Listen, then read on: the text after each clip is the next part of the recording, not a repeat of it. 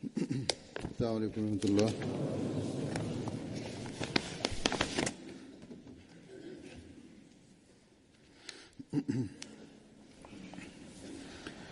अशहदु अल्ला इलाहा इल्लल्लाह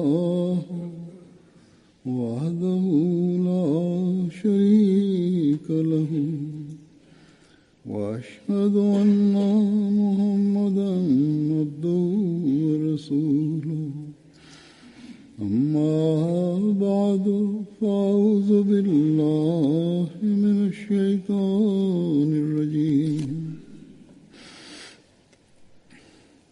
बिस्मिल्लाहिर्रहमानिर्रहीम। अल्हम्दुलिल्लाहि रब्बिल आलमीन अर्रहमानिर रहीम मालिकि यौमिद्दीन इय्याका नअबुदु व इय्याका नस्तईन इहदिनस सिरातल मुस्तक़ीम सिरातल लज़ीना अनअमता अलैहिम गैरिल मग़्दूबि अलैहिम वलद्दाल्लीन।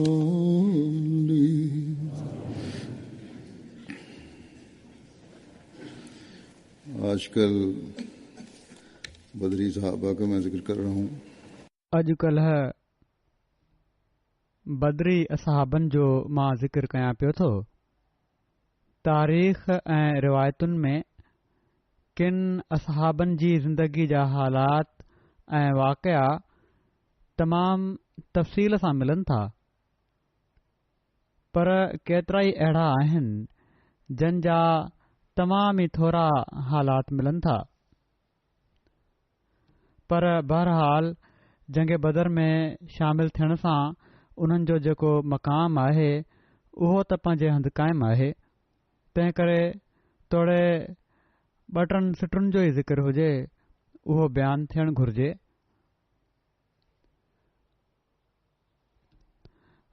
अॼु जन असहाबनि जो ज़िक्र थियणो आहे, उन्हनि में केतिरा ई अहिड़ा आहिनि जन जो तमामु थोरो ज़िक्र आहे। उन्हनि मां सभिनी खां पहिरियां सुबैह बिन कैस बिन ऐशा आहिनि।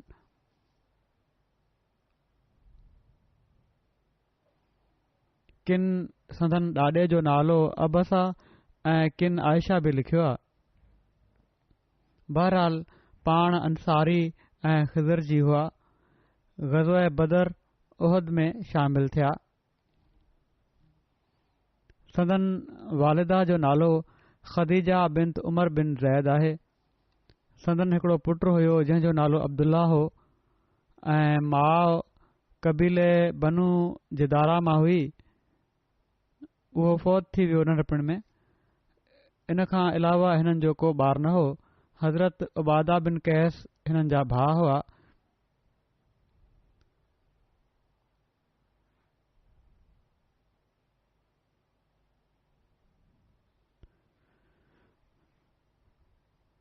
हज़रत सुबैह जा हिकिड़ा भाउ ज़ैद बिन कैस बि हुआ।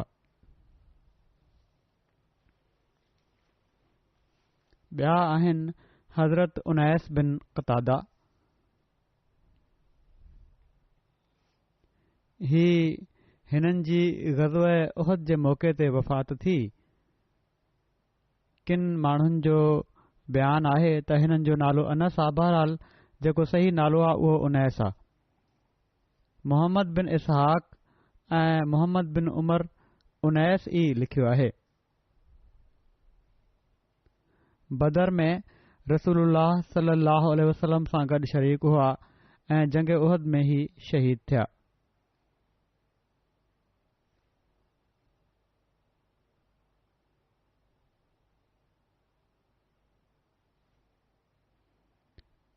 हिननि जी बि का औलाद न हुई ऐं हिकिड़ी रिवायत आहे त खनसा बिनत ख़िदाम हज़रत उनैस बिन क़तादा जे निकाह में हुयूं जॾहिं हू उहद जे ॾींहुं शहीद थिया। वरी हिकिड़ा असहाबी हुआ हज़रत मलैल बिन वबरा,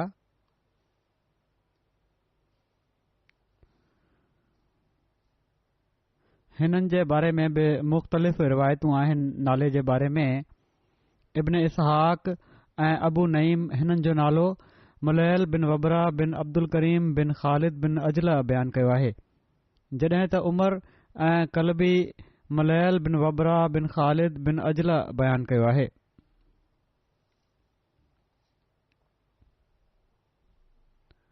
अब्दुल करीम विच मां निकिरी वियो। हिननि जो तालुक़ बि ख़ज़रत जी शाख बनू अजलान सां हो। ग़ज़वा बदर ऐं ग़ज़वा उहद में ही शरीक थिया। संदन औलाद में ज़ैद ऐं हबीबा हुयूं, जंहिंजी वालिदा उम्मे ज़ैद बिनत नज़ला बिन मालिक हुयूं। हज़रत मुलैल जी औलाद अॻिते न हली, खेनि ख़ालिद बिन उजलान चयो वेंदो हुयो।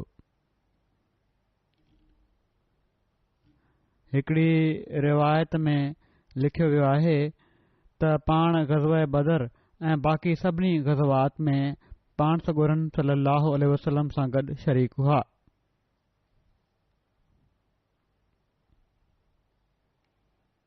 वरी हिकिड़ा असहाबी आहिनि हज़रत नौफिल बिन अब्दुल्ला बिन नज़ला। हिननि जी वफ़ात बि ग़ज़वा उहद ते थी। किन संदन नालो नौफिल बिन सलबा बिन अब्दुल्ला बिन नज़ला बिन मालिक बिन अजलान बयानु कयो आहे। पाण ग़ज़वा बदर ऐं ग़ज़वा उहद में शरीक थिया ऐं ग़ज़वा उहद में पाण शहीद थिया। हिननि जो नसुल अॻिते न हलियो। वरी आहिनि हिकिड़ा असहाबी हज़रत वदिया बिन अमर।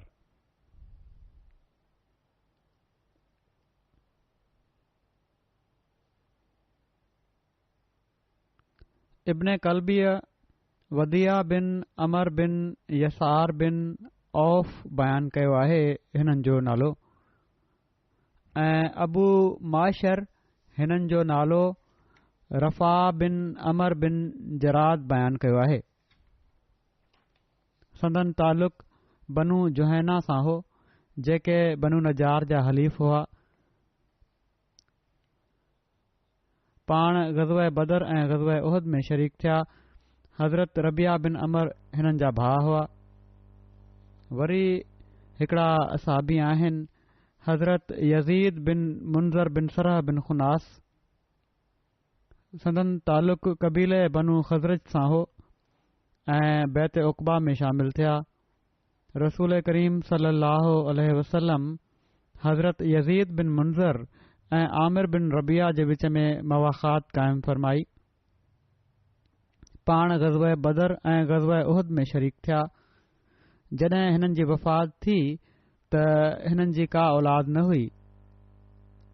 हिननि जा भाउ माकिर बिन मुंज़र बि बैत उक़बा, ग़ज़वा बदर ऐं ग़ज़वा उहद में शरीक हुआ। वरी हिकिड़ा असहाबी आहिनि हज़रत ख़ारजा बिन हुमैर अशजई। हिननि जे नाले में बि काफ़ी इख़्तिलाफ़ आहे तारीख़ुनि में। इब्न इसहाक हिननि जो नालो ख़ारजा बिन हुमैर ॿुधायो आहे। मूसा बिन अक़बा हिननि जो नालो हारसा बिन हुमैर बयानु कयो आहे। वाक़दी हिननि जो नालो हमज़ा बिन हुमैर बयानु कयो आहे। हिननि जे वालिद जे नाले जे बारे में इख़्तिलाफ़ आहे।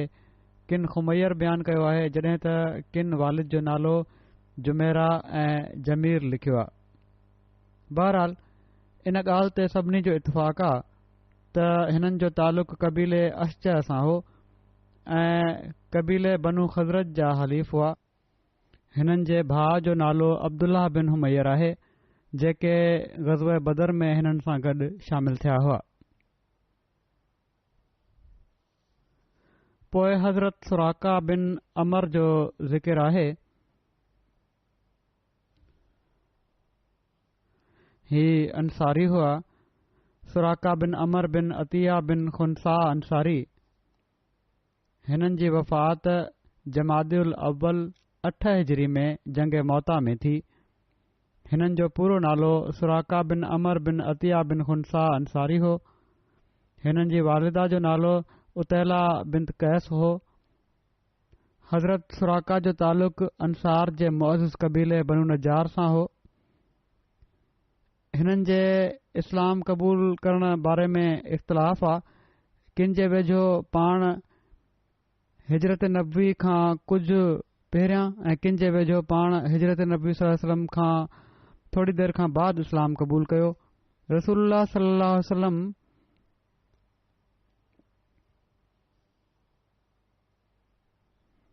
नहजा मौला अमर ऐं सुराका बिन अमर जे विच में मवाख़ात क़ाइमु फ़रमाई। पाण ग़ज़वे बदर, ग़ज़वे उहद, ग़ज़वे खंदक ऐं ख़ैबर में शिरकत कयाऊं। पिणु हिननि खे सुलह हुदैबिया ऐं उमरतुल क़ज़ा जे मौक़े ते बि पाण सॻोरन सल्लल्लाहु अलैहि वसल्लम जी रफ़ाक़त हासिल रही। हज़रत सुराका बिन अमर उन्हनि ख़ुशकिस्मत असहाबनि मां हुआ जिन खे बैत रिज़वान में शमूलियत जो शर्फ़ हासिल थियो ऐं हिननि जे नस्ल जो सिलसिलो अॻिते न हलियो। हिननि जी शहादत जहिड़ो का ॿुधायो मूं जंग मौता जे दौरान थी 8 हिजरी में। वरी असहाबी आहिनि हज़रत अबाद बिन कैस। हिननि जी बि वफ़ात 8 हिजरी में जंग मौता में थी। हिननि जे नाले में बि इख़्तिलाफ़ मिले थो। हिननि जो नालो उबादा बिन कैस बिन ऐशा बि मिले थो। अहिड़ी तरह हिननि जे ॾाॾे जो नालो अबसा बि बयानु कयो वञे थो। हज़रत अबाद हज़रत अबू दरदा जा चाचा हुआ। हज़रत अबाद ग़ज़वे बदर, उहद, खंदक, ख़ैबर में पाण सॻोरन सल्लल्लाहु अलैहि वसल्लम सां गॾु हुआ। सुलह हुदैबिया में बि पाण शरीक हुआ ऐं जंग मौता में हिननि जी शहादत थी। वरी आहिनि हज़रत अबू अज़्ज़याह बिन साबित बिन नुअमान। हिननि जी वफ़ात 7 हिजरी में थी। हिकिड़ी रिवायत में हिननि जो नालो उमैर बिन साबित बिन नुअमान बिन उमैया बिन इमरुल कैस ऐं ॿी रिवायत जे मुताबिक़ नुअमान बिन साबित बिन इमरुल कैस आहे। पाण पंहिंजी कुनियत सां मशहूर आहिनि जेका अबू ज़िया आहे। ग़ज़वे बदर, उहद, खंदक ऐं हुदैबिया में शरीक थिया ऐं ग़ज़वे ख़ैबर 7 हिजरी में शहीद थिया। बयानु कयो वञे थो त हिकिड़े यहूदीअ हिननि जे मथे ते धकु हयो जंहिंसां हिननि जी मुंडी कटिजी पई, जंहिंसां हिननि जी शहादत थी वई। वरी हज़रत उनसा आहिनि। हिननि जी वफ़ात बि ग़ज़वे बदर में थी।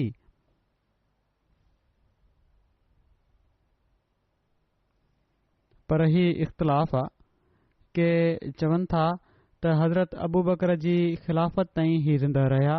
बहरहाल पाण रसूलुल्लाह सल्लल्लाहु अलैहि वसल्लम जा आज़ाद कयल हबशी ग़ुलाम हुआ।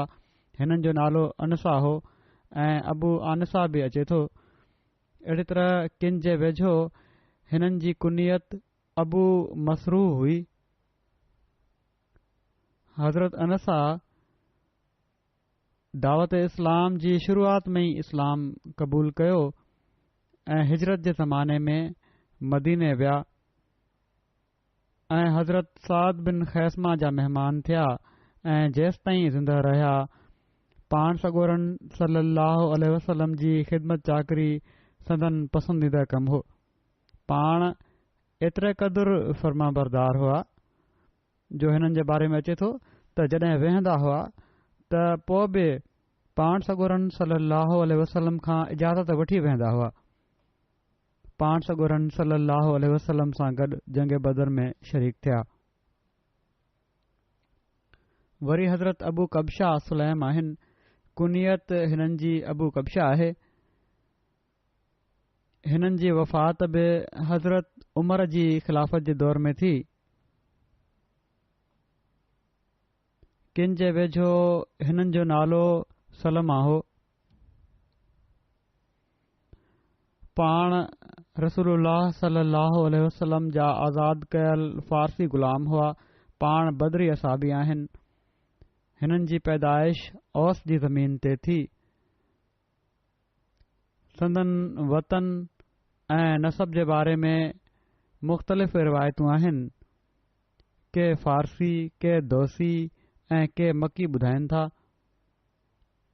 पाण दावत इस्लाम जे तमामु वेझे ज़माने में इस्लाम क़बूल कयाऊं ऐं हिजरत जी इजाज़त मिलण ते मदीने हलिया विया ऐं बदर समेत सभिनी ग़ज़वात में रसूलुल्लाह सल्लल्लाहु अलैहि वसल्लम सां गॾु रहिया।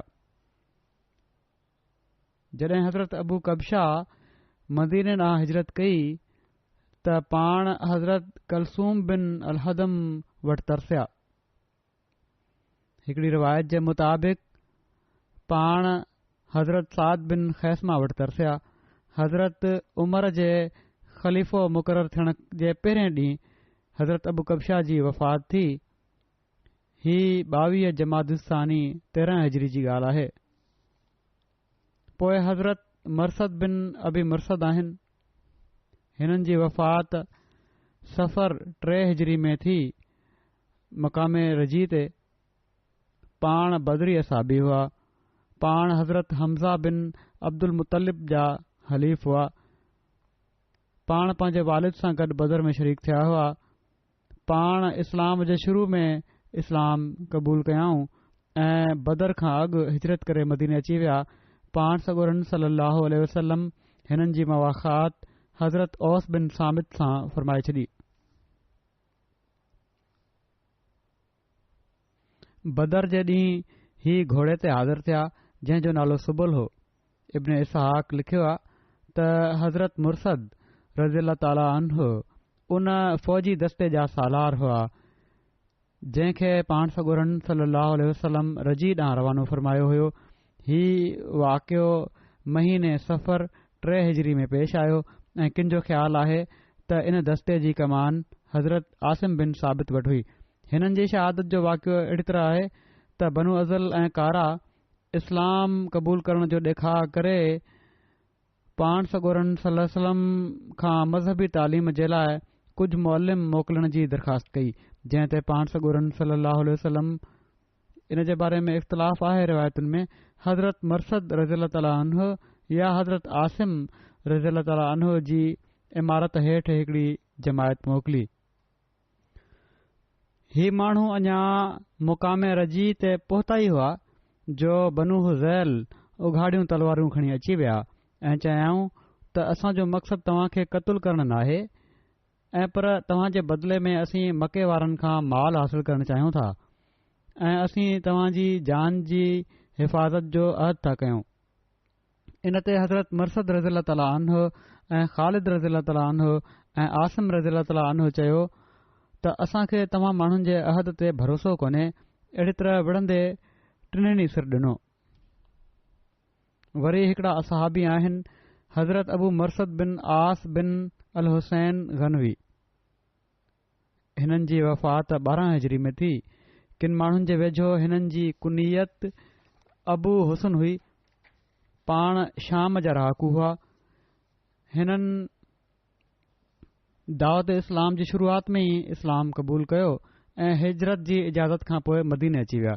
पाण सॻोरन सल्लल्लाहु अलैहि वसल्लम हिननि जी हज़रत उबादा बिन सामित सां मुवाख़ात फ़रमाए छॾी। जॾहिं हज़रत अबू मुरसद रज़ियल्लाहु ताला अन्हु ऐं उन्हनि जे पुट मुरसद मदीने ॾांहुं हिजरत कई त ॿई हज़रत कलसूम बिन अलहदम वटि तरसिया। किन जे वेझो ही ॿई हज़रत साद बिन हैसम वटि तरसिया। हज़रत अबू मरसद सभिनी ग़ज़वात में रसूलुल्लाह सल्लल्लाहु अलैहि वसल्लम सां गॾु हाज़िर थिया। हज़रत अबू मरसद खे तारीख़ में ही मक़ाम हासिल आहे त हज़रत हातिब बिन अबी बलता मको फ़तह थियण खां अॻु पंहिंजे ॿार बचनि जी हिफ़ाज़त जे ख़्याल सां मके वारनि खे ॻुझे तौर ते हिकिड़े ख़त ज़रिए इतलाह ॾियणु चाहियो। पाण सॻोरन सल्लल्लाहु अलैहि वसल्लम खे ख़बर पइजी वई जीअं त अल्लाह ताला ॿुधायो पाण सॻोरन सल्लल्लाहु अलैहि वसल्लम खे जीअं त पाण सॻोरन सल्लल्लाहु अलैहि वसल्लम टिनि सुवारनि खे इन औरत ॾांहुं मोकिलियो जेका ख़त खयूं पई वञे। इन्हनि सुवारनि उहो ख़त कढाए वरितो। उन्हनि मां हिकिड़ा सवार हज़रत अबू मरसद हुआ। हज़रत अली खां रिवायत आहे, पाण फ़रमाइनि था त रसूलुल्लाह सल्लल्लाहु अलैहि वसल्लम मूंखे ऐं अबू मरसद गनवा ऐं ज़ुबैर खे मोकिलियो। असीं घुड़सवार हुआसीं। पाण सॻोरनि सल्लल्लाहु अलैहि वसल्लम फ़रमायो, तव्हां रवाना थी वञो एसि ताईं जो जॾहिं तव्हां रोज़ा ख़ाख़ ताईं पहुचो, हिकिड़ी जॻह आहे त उते तव्हां खे मुशरिकनि मां हिकिड़ी औरत मिलंदी जंहिं वटि हातिब बिन अबी बलता तरफ़ां मुशरिकनि जे नाले हिकिड़ो ख़त आहे। हीअ बुख़ारी जी रिवायत आहे।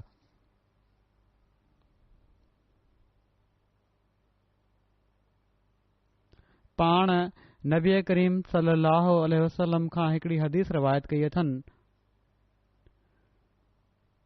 मुस्लिम ऐं बग़वी वग़ैरह में इन्हनि जी हदीस आहे। फ़रमाइनि था त मूं रसूलुल्लाह सल्लल्लाहु अलैहि वसल्लम खे फ़रमाईंदे ॿुधो आहे त क़बरुनि ते न वेहो ऐं न उन्हनि ॾे मुंहुं करे निमाज़ पढ़ो। हिननि जी वफ़ात पोइ हज़रत अबू बकर सिद्दीक़ जे ख़िलाफ़त जे दौर में 12 हिजरी में 66 सालनि जी उमिरि में थी। वरी हिकिड़ा असहाबी आहिनि हज़रत सलीत बिन कैस बिन अमर। हिननि जी वफ़ात 14 हिजरी में थी। हज़रत सलीत बिन कैस बिन अमर बिन उबैद बिन मालिक हिननि जो पूरो नालो आहे। हज़रत सलीत बिन कैस ऐं हज़रत अबू सलमा ॿिन्ही इस्लाम क़बूल करण खां बाद ख़ानदान अदी बिन नजार जा बुत टोड़े छॾिया। पाण सॻोरा सल्लल्लाहु अलैहि वसल्लम जॾहिं हिजरत करे मदीने विया त जॾहिं पाण सॻोरा सल्लल्लाहु अलैहि वसल्लम ॾाची ते वेही मदीने शहर में दाख़िल थी रहिया हुआ त हर कबीलो ही चाहे पियो त पाण सॻोरा सल्लल्लाहु अलैहि वसल्लम उन्हनि जे घर में क़याम कनि।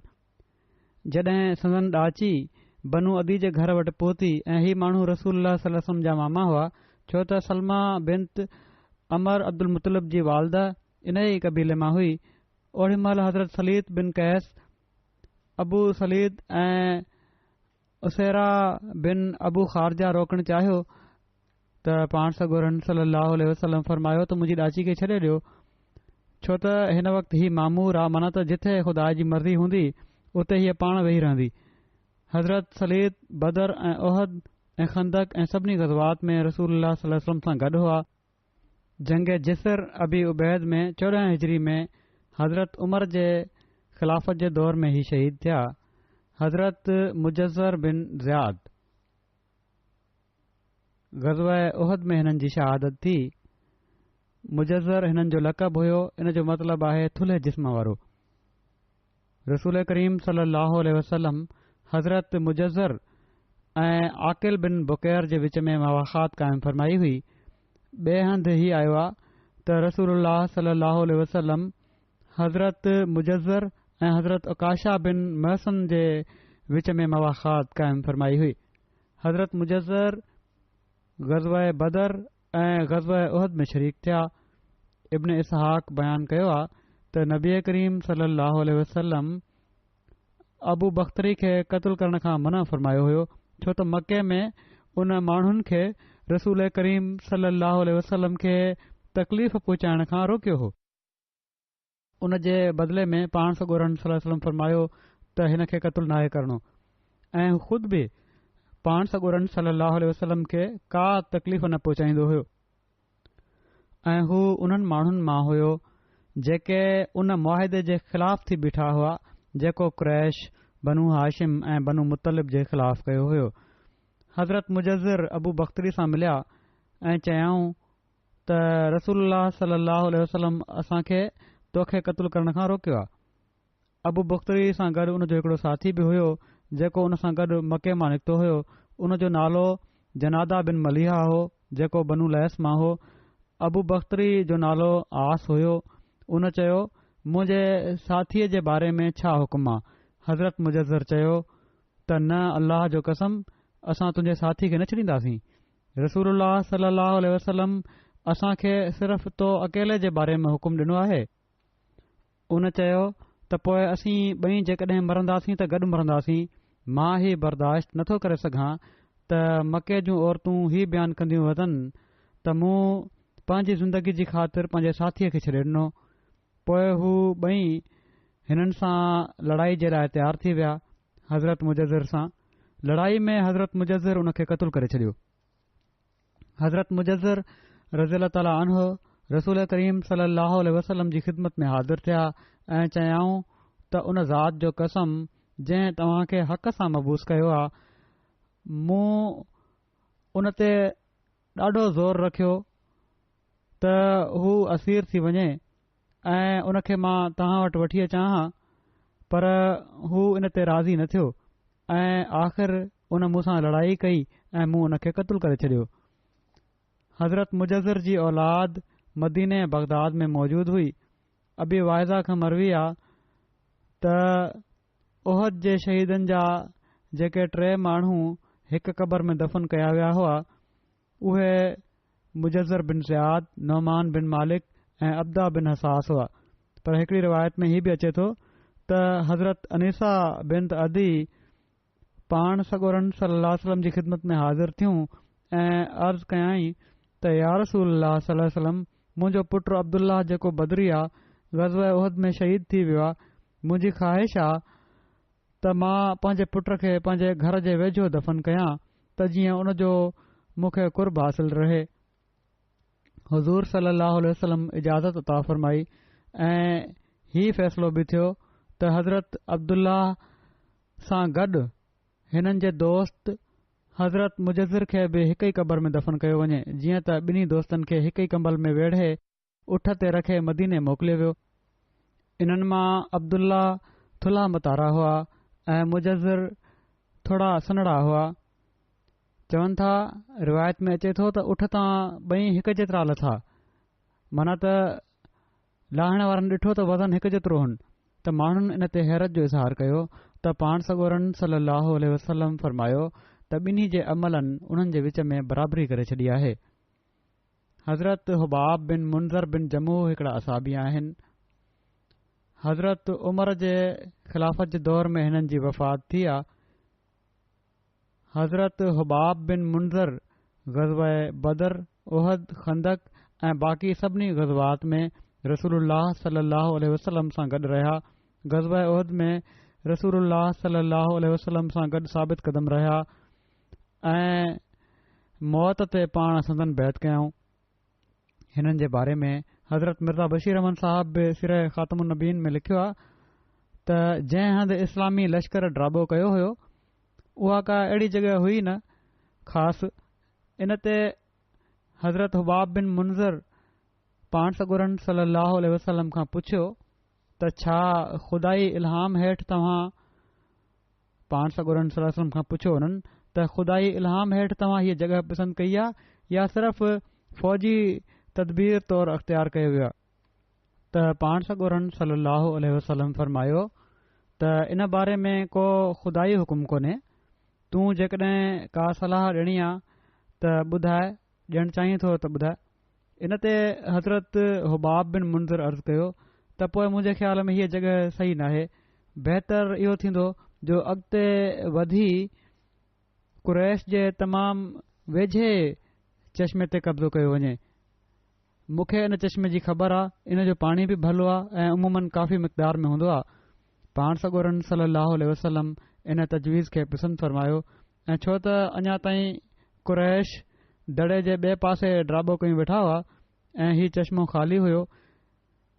मुसलमाननि अॻिते वधी इन चश्मे ते कब्ज़ो करे वरितो, पर जहिड़ो की क़ुर शरीफ़ में इशारो मिले थो, ओॾी महिल चश्मे में बि पाणी घणो न हो ऐं मुसलमाननि खे पाणी जी थोराई महसूसु थिए पई। पोइ हीउ बि हुयो त वादी जे जंहिं पासे मुसलमान हुआ उहा अहिड़ी भली न हुई, छो त इन पासे वारी घणी हुई, जंहिं जे करे पेर सही तरह ॼमनि न पिया।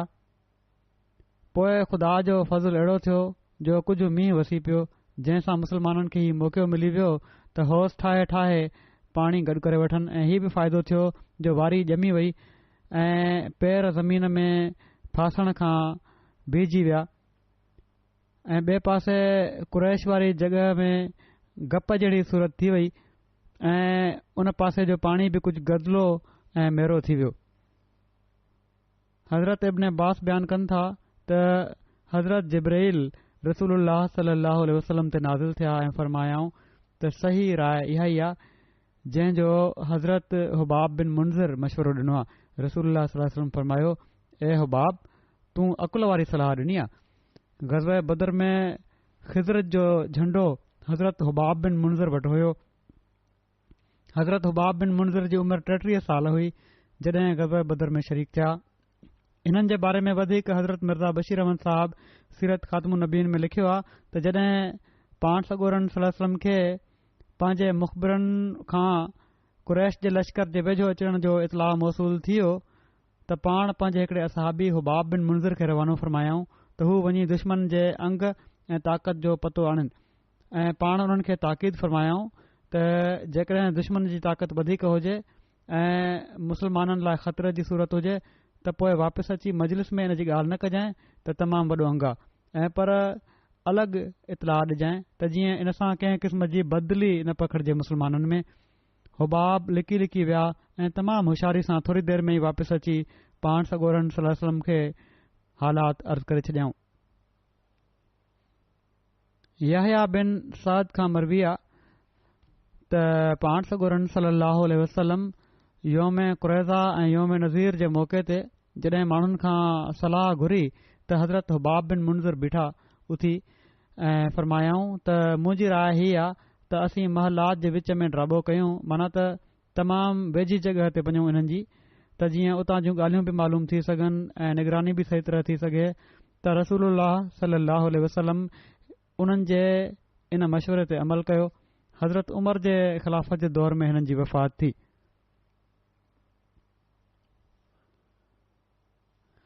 जॾहिं पाण सॻोरनि सल्लल्लाहु अलैहि वसल्लम जी वफ़ात थी त ओड़ी महिल जेका सूरत हाल हुई मुसलमाननि जी, उन खे हज़रत अबू बकर रज़ियल्लाहु तआला अन्हु जहिड़ी तरह क़ाबू कयो, कंट्रोल हेठां आंदऊं, उहो उन जो वाक़ियो आहे त हज़रत अबू बकर हमदो सना बयानु कई ऐं चयाऊं त ॾिसो, जेको मुहम्मद सल्लल्लाहु अलैहि वसल्लम खे पूॼे पियो ॿुधी वठे त मुहम्मद सल्लल्लाहु अलैहि वसल्लम त यकीनन फ़ौत थी विया, ऐं जेको अल्लाह खे पूॼे पियो त उन खे यादि रहे त अल्लाह ज़िंदा आहे, कॾहिं बि न मरंदो।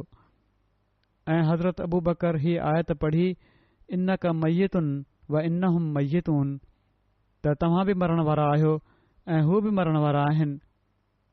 पोइ उन्हनि हीअ आयत बि पढ़ी, वमा मुहम्मदुन इल्ला रसूल क़द ख़लत मिन क़ब्लिहि रुसुल अफ़इन मात औ क़ुतिलन क़लबतुम अला अक़ाबिकुम व मन यनक़लिब अला अक़िबैहि फलन यज़ुर्रुल्लाह शैआ व सयजज़िल्लाहु शाकिरीन। त मोहम्मद सिर्फ़ हिकिड़ा रसूल आहिनि।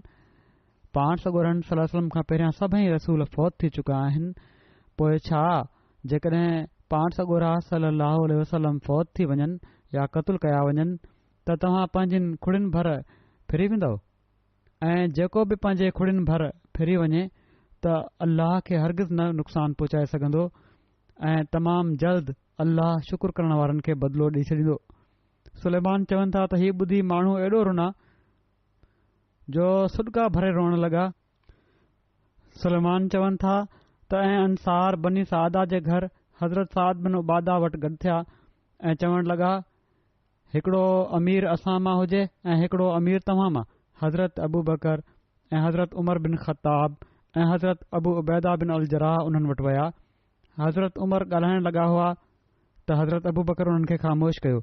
हज़रत उमर चवनि पिया त अल्लाह जो कसम, मां ॻाल्हाइणु चाहियां पियो त इन लाइ जो मूं अहिड़ी तक़रीर तयारु कई हुई जेका मूंखे पसंदि आई हुई ऐं मूंखे डपु हुयो त हज़रत अबू बकर उन ताईं न पहुची सघंदा, माना त ओड़ो न ॻाल्हाए सघंदा। पोइ उन खां पोइ हज़रत अबू बकर तक़रीर कई ऐं अहिड़ी तक़रीर कई जेका बलागत में सभिनी माण्हुनि जी तक़रीरुनि खां वधी करे हुई। उन्हनि पंहिंजी तक़रीर जे दौरान हीअ बि चयो त असीं अमीर आहियूं ऐं तव्हां वज़ीर आहियो। हुबाब बिन मुंज़िर ही ॿुधी चयो त हरगिज़ न। हिते ही ज़िक्र इन लाइ कयां पियो थो जो हुबाब बिन मुंज़िर जो हिते ज़िक्र अचे थो। हुबाब बिन मुंज़िर ही ॿुधी चयो त हरगिज़ न, अल्लाह जो कसम हरगिज़ न, ख़ुदा जो कसम असीं ईअं न कंदासीं। हिकिड़ो अमीर असां मां थींदो ऐं हिकिड़ो अमीर तव्हां मां थींदो। माना त कुरैश मां बि थिए ऐं अंसार मां बि थिए। हज़रत अबू बकर रज़ियल्लाहु तआला अन्हु चयो न, ऐं पर अमीर असां आहियूं ऐं तव्हां वज़ीर आहियो, छो त ही कुरैश माण्हू नसब जे लिहाज़ खां सभिनी अरबनि खां आला आहिनि ऐं हसब जे लिहाज़ खां उहे क़दीमी अरब आहिनि। इन लाइ उमर या अबू बैदा जी बैत करे वठो। हज़रत उमर चयो न, ऐं पर असां त तव्हां जी बैत कंदासीं, छो त तव्हां असांजा सरदार आहियो ऐं असां मां बहितर आहियो ऐं रसूलुल्लाह सल्लल्लाहु अलैहि वसल्लम खे असां खां वधीक प्यारा आहियो। हीउ चई हज़रत उमर हज़रत अबू बकर जो हथु पकड़े ऐं उन्हनि जी बैत कई ऐं माण्हुनि बि उन्हनि जी बैत कई। ओॾी महिल सभिनी पोइ बैत करे वरिती। हज़रत हुबाब बिन मुंज़िर खां रिवायत आहे त हज़रत जिब्राईल अलैहिस्सलाम हज़रत मोहम्मद सल्लल्लाहु अलैहि वसल्लम वटि आया ऐं अर्ज़ कयाऊं त हिननि ॿिनि ॻाल्हियुनि मां तव्हां खे कहिड़ी वधीक पसंदि आहे? हिकिड़ी ही त तव्हां दुनिया में पंहिंजे असाबनि सां गॾु रहो, या ही त पंहिंजे रब ॾांहुं उन्हनि वाइदनि सां मोटो जेके उन नेमतुनि वारी जन्नतुनि में क़ाइमु रहण वारनि नेमतुनि जो तव्हां सां वाइदो कयो आहे, ऐं इन जो बि वाइदो कयो आहे त जेको तव्हां खे पसंदि हुजे ऐं जंहिंसां तव्हां जूं अखियूं थधियूं थियनि। इन ते पाण सॻोरनि सल्लल्लाहु अलैहि वसल्लम असाबनि खे चयो ऐं पुछियो त ॿुधायो तव्हां कहिड़ी था सलाह ॾियो?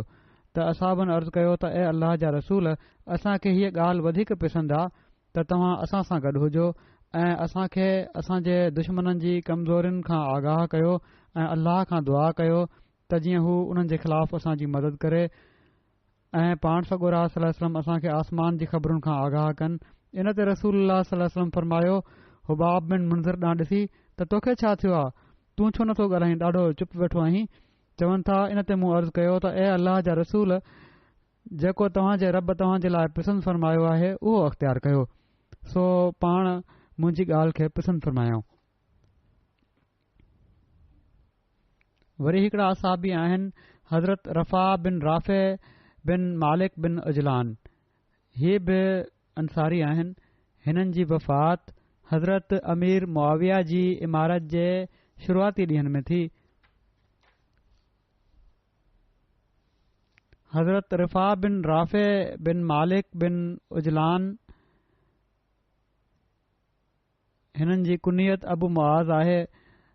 वालिदा उमे मालिक बिन उबई बिन सलूल हुई, जेका अब्दुल्ला बिन उबई बिन सलूल मुनाफ़िक़नि जे सरदार जी भेण हुई। बैत उक़बा में शरीक हुआ ही। ग़ज़वा बदर ऐं उहद ऐं खंदक ऐं बैत रिज़वान ऐं सभिनी ग़ज़वात में रसूलुल्लाह सल्लल्लाहु अलैहि वसल्लम सां गॾु हुआ। हिननि जा 2 भाउ हुआ, ख़लाद बिन राफ़े ऐं मालिक बिन राफ़े। ही बि ग़ज़वा बदर में शामिल हुआ। हज़रत मुआज़ पंहिंजे पीउ हज़रत रफ़ा बिन राफ़े खां रिवायत कई आहे ऐं उन्हनि जा पीउ बदर वारनि मां हुआ। उन्हनि चयो त जिब्राईल नबी सल्लल्लाहु अलैहि वसल्लम वटि आया ऐं चयाऊं, तव्हां मुसलमाननि में बदर वारनि खे कहिड़ो मक़ाम ॾियो था? पाण सॻोरनि सल्लल्लाहु अलैहि वसल्लम जवाबु ॾिनो त बहितरीन मुस्लिम या अहिड़ो ई को फ़िक्रो फ़रमायाऊं।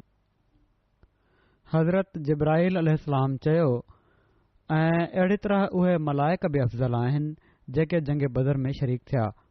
हीअ बुख़ारी जी रिवायत आहे। मलाइक कहिड़ी तरह शरीक थिया जंग में? हज़रत सैयद ज़ैनुल आबिदीन शाह साहब जेका शरह लिखी आहे बुख़ारी जी, उन में इन्हनि फ़रिश्तनि जे शरीक थियण जे हवाले सां जेका वज़ाहत बयानु कई अथनि उहा हिन तरह आहे त अल्लाह ताला क़ुर शरीफ़ में फ़रमायो आहे त इज़ यूही रब्बुका इलल मलाइकते अन्नी माअकुम फसब्बितुल लज़ीना आमनू सउल्क़ी फ़ी क़ुलूबिल लज़ीना कफ़रुर रुअब फ़ज़रिबू फ़ौक़ल आनाक़ वज़रिबू मिनहुम कुल्ल बनान।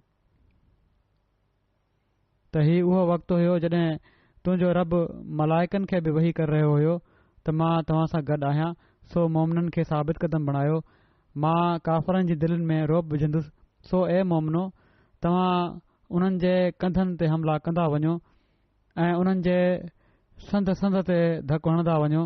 ज़रबुल अनाक ऐं ज़रबुल रिकाब ऐं ज़रबु कुल बनान मां मुराद ज़ोरदार हमिलो आहे जंहिं में निशान जी सिहत मलहूज़ आहे। ॿ टे रिवायतूं आहिनि इन जहिड़ियूं उन्हनि जे बारे में शाह साहब फरमाइनि था त हिन बाब जी रिवायतुनि में फ़रिश्तनि जी मौजूदगी ऐं मुशाहिदे जो जेको ज़िक्र आहे उहो अज़ क़बील मुकाशफ़ात आहे माना त मुकाशफ़े जी सूरत में आहे ऐं उन्हनि जी जंग बि अहिड़े क़िस्म जी आहे जेका उन्हनि जे हाल आहर आहे माना त फ़रिश्ता त जेका फ़रिश्तनि जे हाल आहर जंग हूंदी आहे उहा आहे तीर ऐं तुफ़ंग जी न फ़रिश्तनि के तीर ऐं तलवारूं न खयूं हुयूं ऐं उन्हनि जो मुशाहिदो रुहानी नज़र सां हूंदो आहे जिस्मानी अख सां न नबी करीम सलाहु वसलम बि मुशाहिदो फ़रमायो ऐं असहाब सगोरनि बि ऐं अहिड़ो ई मुशाहिदो औलिया अल्लाह खे बि थींदो आहे मलाइकतुल्ला कहिड़ी तरह वठंदा आहिनि मलाइकतुल्ला जे तसरुफ़ में हुयो ही वज़ाहत कनि था छा साहब त कुरैश जा वॾा नखला वारे वाक़े जे करे तपी पंहिंजे तेश में आपे खां ॿाहिरि थी विया ऐं इहो ई वाक़ियो बाद जी जंगियुनि जो हिकिड़ो सबबु बणियो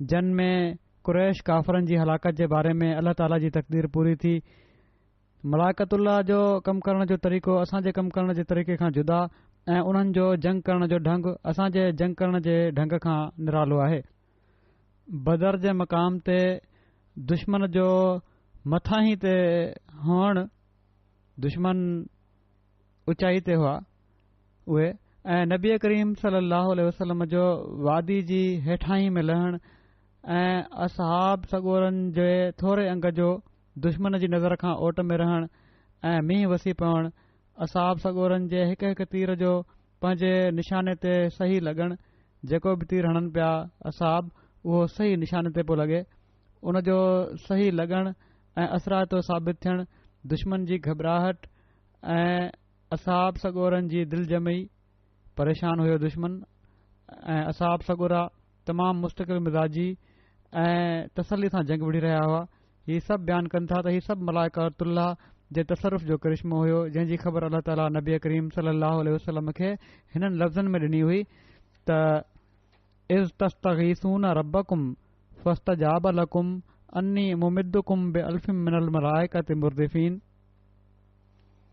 त ऐं उन वक़्त खे बि यादि कयो जॾहिं त तव्हां पंहिंजे रब खां इल्तिजाऊं कयो पिया इन ते तव्हांजे रब तव्हांजी दुआउनि खे ॿुधो ऐं चयाईं त मां तव्हांजी मदद हज़ारे फ़रिश्तनि सां कंदुसि जंहिंजो लश्कर खां बाद लश्कर वधी रहियो हूंदो पोइ लिखनि था त नबी करीम सलाहु वसलम जी दुआ जी क़बूलियत सां ज़ाहिरी असबाब में जेका जुंबिश पैदा थी उन जे अंदरि हिकिड़ो अजीब तसलसुल नज़र अचे पियो उन जे हिसनि ते गॾाए नज़र विझण सां मलाइकतुल्लाह जो अणखुट लश्कर कमु कंदे नज़र अचे थो कंहिं नबी करीम सलाहु वसलम खे नाज़ुक घड़ी में हिफ़ाज़त सां पाण बयानु कनि था त कंहिं नबी करीम सलाहु वसलम खे नाज़ुक घड़ीअ में हिफ़ाज़त सां मके शरीफ़ मां कढियो ऐं कंहिं मके वारनि खे गाफ़िल रखियो ऐं पोइ कंहिं उन्हनि खे गारे सौर ताईं आणे संदन पीछो करण खां कुरैश खे नाउमीद वापसि मोटाए छॾियो ऐं कंहिं नबी करीम सलाहु वसलम खे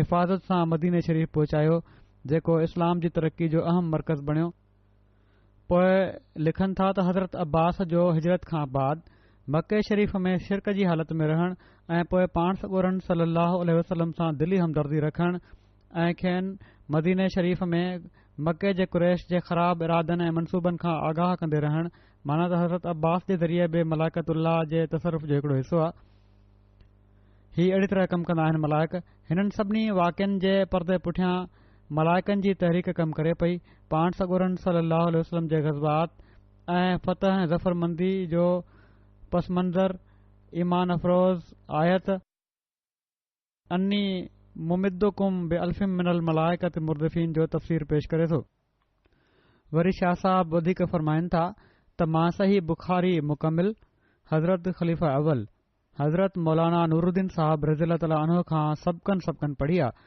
ऐं अहिड़ी तरह क़ुर शरीफ़ बि केतिरा ई भेरा दर्सन ॿुधो ऐं पढ़ियो आहे पाण माना त हज़रत ख़लीफ़ुल मसीह अव्वल मलाइकतुल्लाह जे तालुक़ में फ़रमाईंदा हुआ त नूरुद्दीन खे बि मलाइकतुल्लाह सां हम कलाम थियण जो मौक़ो मिलियो आहे ऐं निज़ाम मलकी तमामु वसी निज़ाम आहे इंसान जी कुवतुनि ऐं सलाहियतुनि मां हर कुवत ऐं मलका जे लाइ बि मलाइका मुतयन आहिनि कुवत बसर व बसीरत कुवत सम व समात कुवत लम्स व बत्श ऐं अक़ल ऐं शऊर ऐं मुफ़क्किर ऐं मुदब्बिर क़ुवतुनि सां गॾु जेकॾहिं मलाइकतुल्लाह जी मदद ऐं हम आहंगी न हुजे त ही क़ुवतूं बेकार ऐं पर नुक़सान ॾियण वारियूं थी वेंदियूं आहिनि। सभई इंसानी सलाहियतूं ऐं ताक़तूं जेके आहिनि उहे फ़रिश्तनि जे करे ई काराइतियूं थींदियूं आहिनि। पोइ लिखनि था त तीर या गोली या शिस्त ऐं निशिस्त ओड़ी महिल ई पंहिंजे निशाने ते सही लॻी सघे थी जॾहिं अकुल ऐं शऊर सही हुजे ऐं परे ऐं वेझो जे मुफ़ासिले जो अंदाज़ो सही हुजे, होश क़ाइमु हुजनि, क़ुवत क़ल्बिया बरक़रार हुजे, न त तीर घुसी वेंदो। लिखनि था त हज़रत ख़लीफ़ा अव्वल फ़रमाईंदा हुआ त हिकु हिकु ज़हनी ऐं जिस्मानी क़ुवत सां गॾु मलाइकतुल्लाह मुतयन आहिनि ऐं उन्हनि जो तालुक़ु हर इंसान जी हर क़ुवत सां मुख़्तलिफ़ कुफ़र ऐं ईमान जी हालतुनि में घटि वधि थींदो आहे। क़ुर शरीफ़ उन्हनि जो अंगु ग़ज़वे बदर जे ज़िक्र में 3000 ऐं ग़ज़वे उहद में 5000 ॿुधायो आहे। हीउ फ़र्क़ु मौक़े महल जे इख़्तिलाफ़ ऐं फ़र्ज़ मनसबी जी अहमियत जे करे आहे। जंग बदर में दुश्मननि जो अंगु घटि ऐं जंग उहद में वधीक ऐं इन ई निस्बत सां ख़तरो बि वधीक ऐं मलाइका जी हिफ़ाज़त बि घणे अंग में नाज़िल कये वञण जो वाइदो हो। फ़रमाए थो वमन नसरो इल्ला मिन इंदिल्लाहिल अज़ीज़िल हकीम त मऊदा अल्लाह ताला जी नुसरत जो ज़हूर, अल्लाह ताला जी सिफ़त अज़ीज़ियत ऐं सिफ़त हकीमियत, ही ॿई सिफ़तूं सुहिणी तदबीर ऐं कामिल ग़लबे ऐं इस्तेकाम जी तक़ाज़ा कनि थियूं, जिन में नुसरत जे सबबनि जा सभई हल्का हिक ॿिए सां लाॻीता ॻंढियल हूंदा आहिनि। उन्हनि में तसलसुल ऐं अहकाम मौजूदु आहे ऐं इहे मोहकम अल्लाह ताला जी तदबीर सां कवी ऐं मज़बूत कया वेंदा आहिनि। त हीअ आहे उहा सॼी इन जी गहराई इल्म जी जेको मलाइकतुल्लाह जे जंग करण जे बारे में अल्लाह ताला फ़रमायो त फ़रिश्ता मोकिलिया हुआ जेके जंग करे रहिया हुआ। ही न त फ़रिश्ता पाण मारे रहिया हुआ ऐं किन जे वेझो त हीअ बि आहे रिवायतुनि में त जेको फ़रिश्तनि जिन खे मारियो, जिन खे धक हयाऊं, उन्हनि जी सुञाणप बिल्कुलु अलॻि हुई ऐं जेके असाबनि जे ज़रिए सां जिन माण्हुनि खे जेके ज़ख़्म पहुची रहिया हुआ उन्हनि जी सुञाणप अलॻि हुई। हीअ ग़लति शइ आहे। असुलु इहो ई आहे त इंसानी कवा जी सही तरह रहनुमाई कंदा आहिनि ऐं उन्हनि जो सही इस्तेमालु कंदा आहिनि ऐं उहो फ़रिश्तनि जी तरफ़ां जॾहिं थी रहियो हूंदो आहे त इहो ई फ़रिश्तनि जो विढ़णु आहे। हज़रत यहया मुआज़ बिन रफ़ा बिन राफ़े खां रिवायत कई आहे। हज़रत रफ़ा बदर वारनि मां ऐं उन्हनि जा वालिद हज़रत राफ़े उक़बा में बैत करण वारनि मां हिकु हुआ। हज़रत राफ़े उक़बा में बैत करण वारनि मां हिकु हुआ। हज़रत राफ़े पंहिंजे पुट हज़रत रफ़ा खे चवंदा हुआ त हीअ ॻाल्हि मुंहिंजे लाइ तमामु वॾी ॻाल्हि आहे, मुंहिंजे लाइ ही वधीक मान वारी ॻाल्हि आहे त मां जंग बदर में शामिल थियुसि उन ॻाल्हि जी भेट में त बैत उक़बा में मूं बैत कई। हिकिड़ो तमामु वॾो एज़ाज़ मिलियो मूंखे जंग बदर में शामिल थी करे। हज़रत रफ़ा बिन राफ़े जंग जमल ऐं सफ़ीन में हज़रत अलीअ सां गॾु हुआ। हिकिड़ी रिवायत जे मुताबिक़ जॾहिं हज़रत तलहा ऐं हज़रत ज़ुबैर बसरा ॾांहुं लश्कर सां गॾु निकिता त हज़रत अब्बास बिन अब्दुल मुतलिब जी घरवारी उमुल फज़ल बिन हारिस हज़रत अलीअ खे उन्हनि जे निकिरण जो इतलाह ॾिनो। इन ते हज़रत अली चयो हैरत आहे त माण्हुनि हज़रत उस्मान ते हमिलो करे उन्हनि खे शहीद करे छॾियो आहे ऐं बग़ैर मजबूरी जे मुंहिंजी बैत कई अथनि। मूं ज़ोरी त न चयो हुयो त बैत कयो। माण्हुनि मुंहिंजी बैत कई ऐं तलहा ऐं ज़ुबैर बि मुंहिंजी बैत कई ऐं हाणे हू लश्कर सां गॾु इराक़ ॾांहुं निकिरी पिया आहिनि। इन ते हज़रत रफ़ा बिन राफ़े चयो त जॾहिं रसूलुल्लाह सल्लल्लाहु अलैहि वसल्लम जी वफ़ात थी त असांजो ख़्यालु हुयो त असां माण्हू माना त अंसार हिन ख़िलाफ़त जा वधीक हक़दार आहियूं छो त असां रसूल अल्लाह सल्लल्लाहु अलैहि वसल्लम जी मदद कई आहे ऐं असांजो मक़ाम दीन में वॾो आहे। पर तव्हां माण्हुनि चयो त असां मुहाजिरीन अवलीन आहियूं ऐं असां रसूलुल्लाह सल्लल्लाहु अलैहि वसल्लम जा दोस्त ऐं वेझा आहियूं ऐं असां तव्हां खे अल्लाह जी यादि ॾियारायूं था त तव्हां रसूलुल्लाह सल्लल्लाहु अलैहि वसल्लम जी जानशीनी में असां सां मुज़ाहमत न कयो ऐं तव्हां माण्हू ख़ूब ॼाणो था त असां ओॾी महिल तव्हां खे ऐं ख़िलाफ़त जे मामले खे छॾे ॾिनो हो। पोइ बहस न कयोसीं असां ऐं ख़िलाफ़त जी बैत करे वरितीसीं बिल्कुलु कामिल इताअत सां ऐं इन जो सबबु ही हुयो जो जॾहिं असां ॾिठोसीं त हक़ ते अमल थी रहियो आहे ऐं किताबुल्लाह जी पैरवी कई पई थी वञे ऐं रसूलुल्लाह सलाहु वसलम जी सुनत क़ाइमु आहे त असां वटि राज़ी थियण खां अलावा ॿी का वाह हुई न। ऐं इन खां वधीक असांखे ॿियो छा पियो घुर्जे। ऐं असां तव्हांजी बैत कईसीं ऐं पोइ इन खां रुजू न कयोसीं, पोइ असां पोइ ते न हटियासीं। हाणे तव्हांजी उन्हनि माण्हुनि मुखालफ़त कई आहे जिन खां तव्हां बहितर आहियो ऐं वधीक पसंदीदा आहियो, सो तव्हां असांखे पंहिंजे हुकम खां मुतले फ़रमायो। एतिरे में हजाज बिन रज़िया अंसारी आया ऐं उन्हनि चयो, ए अमीरुल मोमिनीन, हिन मामले जो तदारुक वक़्तु हथां निकिरी वञण खां अॻु करणु घुर्जे। मुंहिंजी जान खे कॾहिं बि चैन नसीब न थिए जेकॾहिं मां मौत जो ख़ौफ़ कयां। ऐं अंसार जा गिरोह, अमीरुल मोमिनीन जी ॿियो भेरो मदद कयो जहिड़ी तरह तव्हां पहिरियां रसूलुल्लाह सलाहु वसलम जी मदद कई हुई। अल्लाह जो कसम, हीअ ॿी मदद पहिरीं मदद वांगुरु हूंदी, सवाइ इन जे जो उन्हनि ॿिन्ही मां पहिरीं मदद अफ़ज़ल आहे। बहरहाल हिननि जी वफ़ात हज़रत अमीर मुआविया जी इमारत जे शुरूआती ॾींहनि में थी। त ही हुयो असाबनि जो ज़िक्र। गुज़िरियल ख़ुतबे जे वाक़े जे हवाले सां बि ॻाल्हि करणु चाहियां थो। हिकिड़े वाक़े जी वधीक वज़ाहत करणु चाहियां थो त हज़रत अमार जे बारे में मूं बयानु कयो हुयो त हज़रत अमर बिन आस उन्हनि जी वफ़ात ते वॾे अफ़सोस ऐं फ़िक्र जो इज़हार कयो हुयो त उन्हनि पाण सॻोरन सलाहु वसलम खे हीउ चवंदे ॿुधो हुयो त अमार बिन यासिर खे बाग़ी गिरोह क़तलु कंदो। ऐं हज़रत अमर बिन आस खे फ़िक्र इन लाइ हुयो जो हू अमीर मुआविया जे पासे हुआ ऐं हज़रत अमार खे शहीद करण वारा हज़रत अमीर मुआविया जा फ़ौजी हुआ। त बहरहाल इन ॻाल्हि ते के माण्हू सुवाल कंदा आहिनि त जॾहिं ही बाग़ी ग्रुप में हुआ त पोइ हिननि जो नालो एॾी इज़त सां छो थो वरितो पियो वञे। ऐं हज़रत अमीर मुआविया खे बि जमायत जे लिटरेचर में हिकिड़ो मक़ाम आहे। पहिरीं ॻाल्हि त हीअ त असाबनि जो जेको मक़ाम आहे, हीउ असांजो कमु नाहे त असां चऊं त हिन खे बख़्शियो वेंदो ऐं हिन खे न बख़्शियो वेंदो। जंहिं बि ग़लतफ़हमी या ग़लती जे करे ही अफ़सोसनाक वाक़ियो थियो, इन जो मामिलो ख़ुदा ताला सां आहे। इन अमल जो नतीजो मुस्लमाननि भोॻियो बि। हीउ सुवाल उन्हनि माण्हुनि जे ज़हननि में बि उथंदा हुआ जेके उन ज़माने में हुआ ऐं पोइ हू पंहिंजी बेचैनी खे ख़तमु करण जे लाइ दुआ बि घुरंदा हूंदा त हीउ छा थी वियो आहे त हीउ बि असाबी ऐं हू बि असाबी ऐं हिक ॿिए जे ख़िलाफ़ बढ़नि पिया था। ऐं अल्लाह ताला खां रहनुमाई बि घुरंदा हूंदा ऐं अल्लाह ताला उन्हनि जी रहनुमाई फ़रमाईंदो आहे।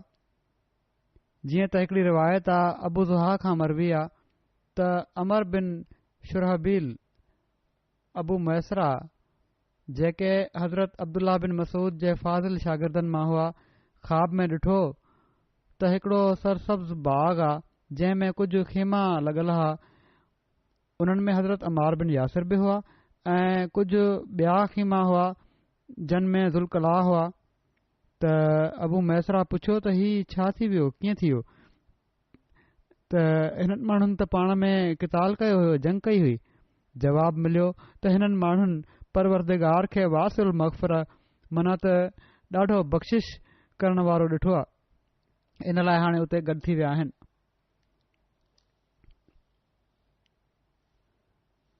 सो ही मामला हाणे अल्लाह ताला जे हवाले आहिनि। हिननि मामलनि ऐं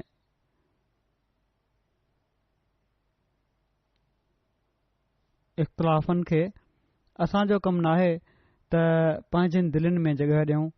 इन्हनि जे करे ई मामलनि खे दिलनि में रखण जे करे ऐं जंगनि जे करे ई दिलनि में ॾूरी वधंदी वई मुसलमाननि में ऐं तफ़रीक़ो पैदा थींदो वियो। ऐं इन जा नतीजा असीं अॼु बि ॾिसूं पिया था। ही ॻाल्हियूं असांजे लाइ बि सबक़ आहिनि त हिननि ॻाल्हियुनि खे दिलनि में आणण जे बदिरां वहदत ते क़ाइमु थियूं।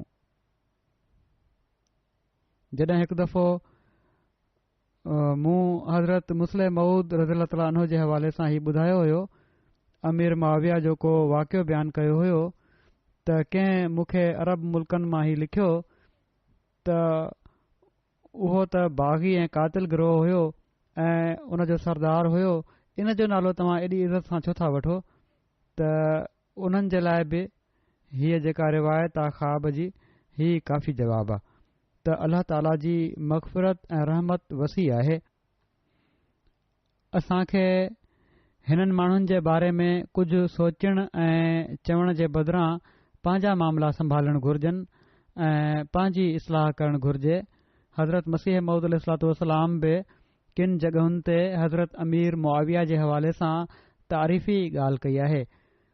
सो असांखे बि उन्हनि बुज़ुर्गनि जी ग़लतियुनि ते कुझु चवण जे बदिरां उन्हनि मां सबक़ वठणु घुर्जे। हज़रत अमीर मुआविया जे बारे में हीअ बि अचे थो हिकिड़े हंधि त जॾहिं हज़रत अली ऐं उन्हनि जी जंग थी रही हुई, इख़्तिलाफ़ तमामु वसी थी रहिया हुआ, त ओॾी महिल ईसाई बादशाह चयो त मुस्लमाननि जी हालति हाणे कमज़ोर आहे त हमिलो करणु चाहियईं। त हज़रत अमीर मुआविया खे जॾहिं हीउ पतो पियो त उन्हनि चयो त तुंहिंजी जेकॾहिं हीअ सोच आहे त यादि रख त जेकॾहिं तूं हमिलो कयो त हज़रत अलीअ जे झंडे हेठि विढ़ण वारो सभिनी खां पहिरियों जर्नैल मां हूंदुसि, जेको उन्हनि जे झंडे हेठि उन्हनि जे तरफ़ां तुंहिंजे ख़िलाफ़ विढ़ंदुसि। सो होश खां कमु वठि। त बहरहाल हीउ मक़ाम बि आहे उन्हनि माण्हुनि जो।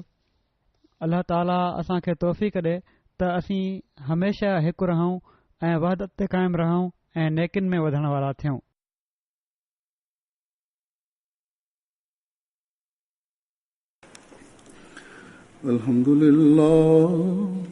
अल्हम्दुलिल्लाह नहमदुहु व नस्तईनुहु व नस्तगफिरुहु व नुमिनु बिही व नतवक्कलु अलैहि व नऊज़ु बिल्लाहि मिन शुरूरि अनफुसिना व मिन सय्यिआति अअमालिना मन यहदिहिल्लाहु फला मुदिल्ल लहु वमन युद्लिल फला हादिय लहु वनशहदु अल्ला इलाहा इल्लल्लाह वनशहदु अन्ना मुहम्मदन अब्दुहु व रसूलुहु इबादल्लाहि रहिमकुमुल्लाह इन्नल्लाह यअमुरु बिल अदलि वल इहसानि وإيتاء ذي القربى وينهى عن الفحشاء والمنكر والبغي يعظكم لعلكم تذكرون اذكروا الله يذكركم وادعوه يستجب لكم ولذكر الله أكبر